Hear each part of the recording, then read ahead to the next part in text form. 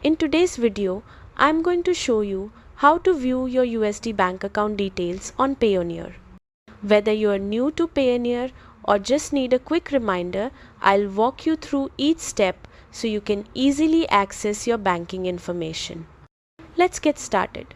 First, open your internet browser. This could be Chrome, Firefox, Safari, or any browser you prefer. In the search bar, type Payoneer and press enter. From the search results, click on the official Payoneer website. Once you're on the home page, go to the top right corner and click on Login. Now enter your email and password.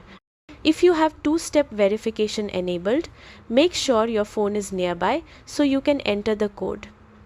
After logging in, you'll land on your Payoneer dashboard. From here, look at the main menu and click on Get Paid. A drop-down menu will appear. Select Receiving Accounts. This section contains all the bank account details Payoneer has assigned to you for receiving payments.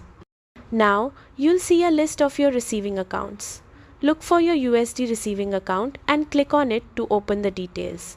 Before proceeding, make sure the account status shows approved. If it's still pending, you may need to wait or contact Payoneer support.